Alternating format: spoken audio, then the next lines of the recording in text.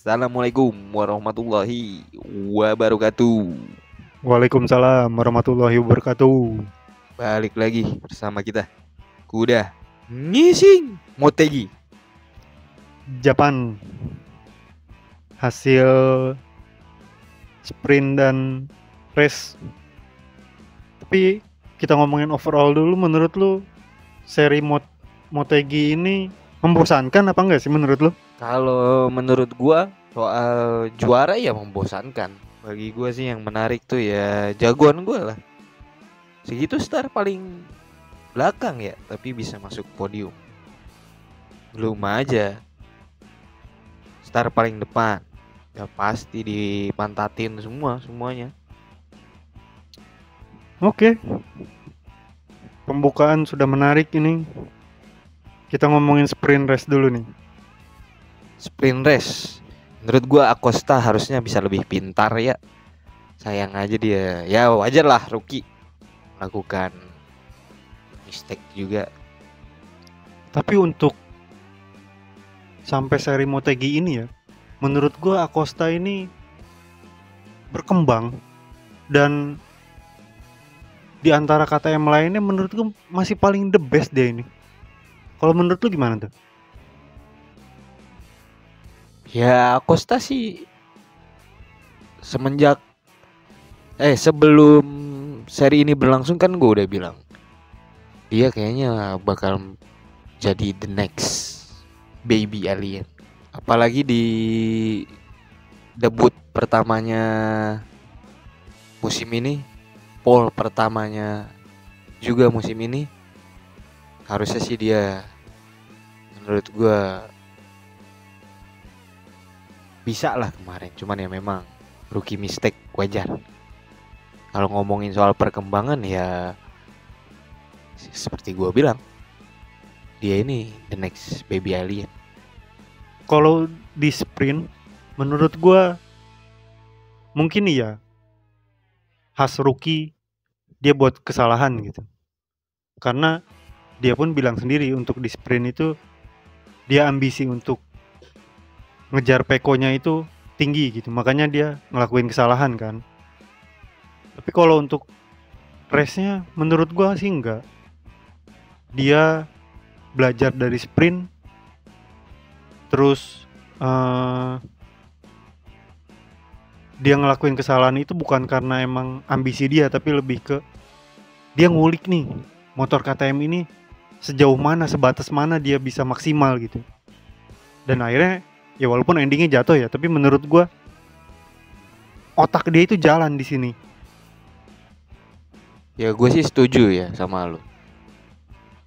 Karena dia juga nggak ikut perburuan gelar dan musim depan juga dia naik ke pabrikan. Jadi harus banyak belajar di sini tuh sebelum dia naik ke pabrikan yang secara tidak langsung tekanannya bakal lebih berat. Nah itu dia, makanya gue bilang untuk ukuran rookie dan seorang Acosta yang skillnya luar biasa ini, hasil kemarin cukup bagus menurut gue. Walaupun untuk poin dia nggak dapat apa-apa ya, tapi dia berani explore gitu di saat dia memang nothing tulus. Ya bagus sih. Ya tapi balik lagi ya, apa mungkin berpengaruh ini di luar Eropa juga? Kalau di luar Eropa kan biasanya orang-orang kayak riders kayak Pedro Acosta di depan ya. Kalau untuk itu kayaknya sih enggak ya, kalau untuk Acosta ini, karena sirkuit Motegi ini memang cocok dengan karakter KTM gitu, sama kayak di Indonesia kemarin, makanya dia bisa bagus gitu menurut gua tuh. Tapi menurut lo ya, kalau pas di sprint dia nggak jatuh kemarin, menurut lo yang juara satunya bakal tetap Peko apa bukan? Tetep Eko, balik lagi pengalaman berbicara di situ. Kalau ngomongin soal pengalaman sih ya Peko pengalaman. Tapi menurut gua kalau dia seandainya Pedro nggak jatuh, yakin bisa gua nyusul Peko. Karena menurut gua Ya untuk ada duel mungkin iya. Tapi hasil akhirnya tetap menurut gue Peko masih juara di sprint. Kalau gue bisa yakin kenapa seandainya Pedro nggak jatuh bisa juara 1, karena dia dari hari Jumat itu catatan waktunya tuh impresif dibandingkan dengan rider-rider yang lainnya ya. Kalaupun dia nggak jatuh, makanya gue yakin dia bisa ada di depan Peko. Kalau untuk sprint mungkin ya teori lu bisa terpakai gitu. Tapi kalau untuk race kayaknya enggak. Ya race mungkin dia ya seperti lu bilang lah, coba-coba. Tapi menurut gue ya, kalau kita ngomongin soal race, bintangnya tuh bukan di Peko, membosankan dia. Seperti biasa dia kabur, ngegas, ninggalin orang. Lagian juga menurut gua itu ada faktor luck ya di kualifikasi ya. Harusnya kan Marc Marquez ya pole position ya, tapi rules is a rules. Beda cerita kalau Marc Marquez yang ada di pole position pada saat itu ya. Kalau untuk kualifikasi ya itu udah terbukti juga kan. Namanya nyentuh garis hijau, warna hijau itu ya udah pasti kena. Mau kondisi apapun, mau pembalap siapapun pasti lap cancel. Terlepas itu Marquez atau bukan ya. Jadi menurut gue ya salah dia. Kenapa dia nggak bisa ngontrol itu? Iya, gua tahu. Cuma seandainya saja itu clean lap dan dia akan menjadi pole position, pasti hasil race-nya lebih menarik. Jauh lebih menarik. Menurut gue sih enggak sih. Gue yakin dia seorang Marquez kalau dia pole position terus dia race udah ke satu mungkin terus-terusan ke satu menurut gue. Sama aja kayak Peko. Nggak ada seru-serunya menurut gue sama aja. Karena dia ambisi. Tapi yang harus lo inget lah, di antara semua pembalap yang paling entertain itu adalah Marc Marquez. Gue yakin sih dia nggak akan kabur begitu aja. Kalau menurut lo seri Motegi ini udah membuktikan belum kalau King Peko ini bakalan jurdun lagi untuk tahun ini? Kemarin episode kemarin lu bilang kan, ya kita lihat seri Motegi dan selanjutnya ini apakah emang benar King Peko ini konsisten. Kalau memang konsisten ya mungkin omongan gue terbukti kan. Oh, belum tentu. Secara matematik kan masih ada 4 pembalap nih yang masih bisa perebutan juara dunia. Tapi gue masih yakin Jorge Martin yang akan jadi juara dunia ini. Lu lihat kemarin start di posisi berapa dia? Di lap ke 5 kalau nggak salah. Gapnya semakin dekat. Tapi disitulah dewasanya Martin. Dia nggak akan memaksakan untuk mengejar Peko. Tidak seperti Peko yang tidak pernah belajar dari kesalahannya. Martin sekarang lebih dewasa. Dia sengaja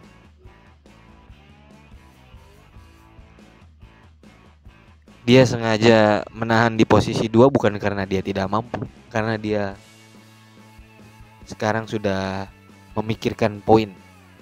Yang penting finish di belakang Peko 1 tidak masalah. Toh dia start dari posisi terbelakang kok.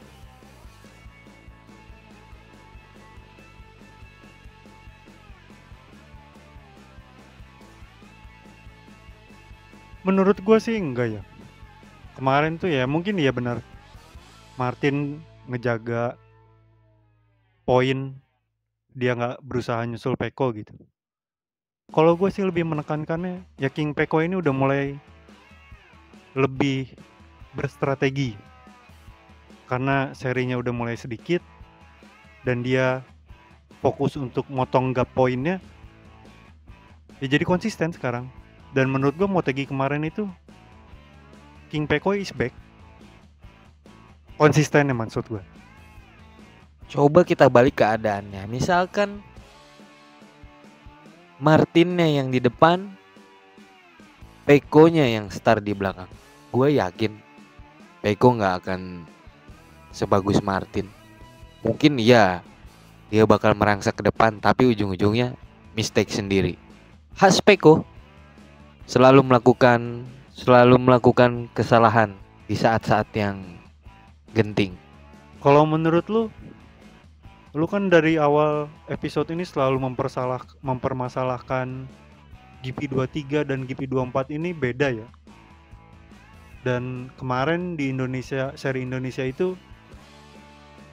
motor Marquez jebol itu, Sabotase lebih tepatnya.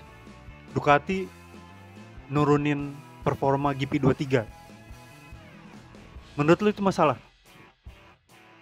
Masalah sekarang justru itu hanya sebuah cover ya menurut gua. Kenapa sebuah cover? Ya bilang aja itu sabotase secara terang-terangan. Gak mau King Marc Marquez mengganggu Pecco. Kenapa harus di down? Tapi itu adil loh, semua GP23 downgrade. Menurut gue sih itu nggak adil ya.